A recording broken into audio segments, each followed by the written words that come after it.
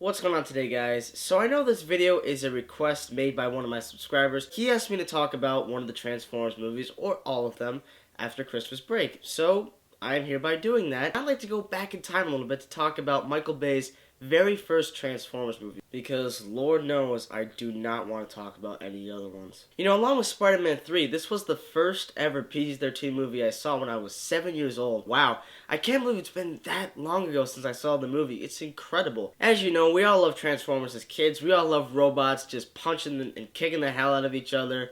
And without the lovey-dovey stuff that we get in the movies, we just wanted to see robots just beat each other up. And I will admit that I do have a little bit of nostalgia for this movie because I saw it when I was really young, and I loved this movie the first time I saw it, guys. I loved it. I'll never forget the opening scene where the first Transformer is shown with the helicopter just transforming. I'll never forget seeing that in theaters and just being blown away by how cool that shot is.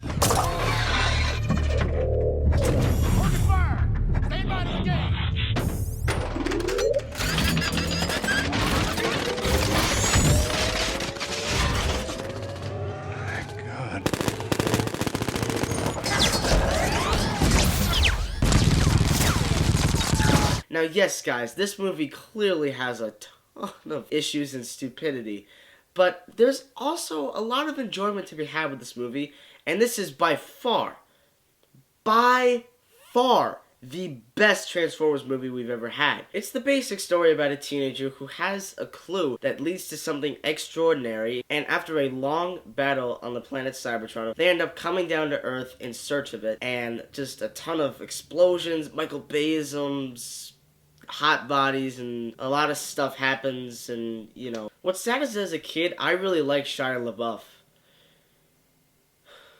but I do think he was good in this movie. And also, if you guys would like to check out an underrated thriller, check out Disturbia, because I think these are two of Shia LaBeouf's possibly best movies he's been in, and I really think that for this movie he did a good job. I don't like the person in real life, but in this movie I think he does a good job as like the awkward, nerdy teen guy who loves the hot, pretty girl. Wow, it's kind of like Spider-Man in a way. Now let me talk about the things I liked first about this movie. For one, the CGI is incredible. I really honestly think it still holds up today, even though it was released about 10 years ago. And just saying that, I'm getting scared, guys. Like, wow, 10 years. 10 years. I'm starting to feel old right now. But nonetheless, though, I really think the CGI just holds up incredibly well. And I think that's what a lot of people love these movies for, is because the CGI is seamless. It's like you believe this is happening. It's incredible. I love all of the 360 pan shots, still to this very day, of them transforming, and it's cool. The laser guns they shoot, just everything that they do is awesome. I love the Transformers, but I like to see more personalities for the robots. And what I mean by that is we should care for them. When you watch the movie, you don't really care about what's happening to them. You just want to see the awesome action and glorified explosions in your face. And you're going to get that from all four Transformers films. Now, this film also co-stars Megan Fox before she got all her plastic surgery and just doesn't look that great anymore. And it was at the age of 11 or 12 that I realized I kind of had something in my pants, if you know what I'm talking about. Because she is just insanely gorgeous in this movie. Oh my god. Like, in this movie, she is just so incredible. But it's like not the type of movie you want to see. This isn't a teen romance movie. This isn't Into the Blue. This isn't any of those stupid teen romance films. It's supposed to be a Transformers movie. And that is obviously the biggest issue with the movie, is that it spends so much damn time on these human characters that you really don't care about that much. You really want to see Transformers blowing up stuff. And I get what the filmmakers are doing. They're trying to create a compelling story for the robots being there and stuff like that.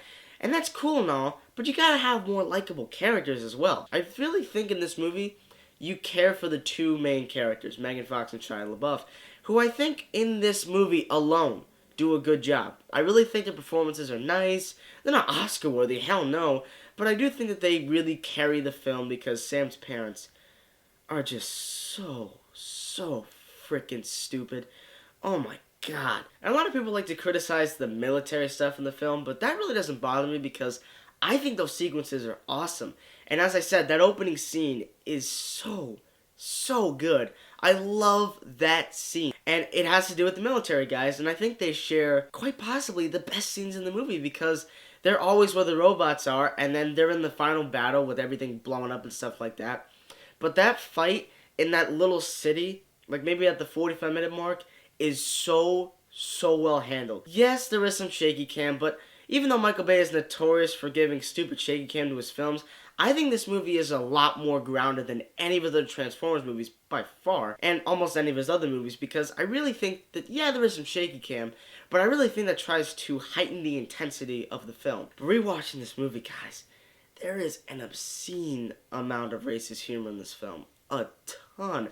That I never noticed when I was 7, but watching it, I'm like, damn, this is really, really racist to blacks, to Asians, and even the Mexicans. There's so much stuff in here. Don't even get me started on the sequel. For the most part, they're funny. You know, there are a few of them that, oh hell, they miss. But there are a couple of them that hit, and when they hit, they're actually really funny. And for me personally, I've always loved the car dealer, Bernie Mac, may he rest in peace. That scene, for me, was hilarious. Rewatching it, I'm like, this is racist, but it's funny. The one thing I don't like is that there's so much government conspiracies, the government's in on this. I've always thought that was stupid, and it's in every single one of them, where you have this dickbag government agent who's like part of this secret society or some crap, and it's just so stupid, guys. It's in every single one of them. Now look, guys, I don't want to come off as like I'm hating the movie, because I don't. I actually do enjoy this movie. I find that there are some really good moments in there. Some not so good moments and some bad moments. That being said, though, as a kid, I loved this movie. And growing up, I really kept enjoying this movie and not its terrible, awful sequels. But I found that this movie had some great moments where you had the visual action. Spectacular action. The action film in this movie is so good. I'm sorry I'm saying action repeatedly, but it's just so well filmed, it's so well done, and the CGI is so good. And what you came to see in this movie, I honestly think it delivers. Yes, there is a lot of quick cut editing, there is, but I think that once again, Michael Bay is a lot more restrained than his sequels, because there are some wide, long takes that are really, really, really good. And I think that the robots really blend into the environment. I don't really see CGI.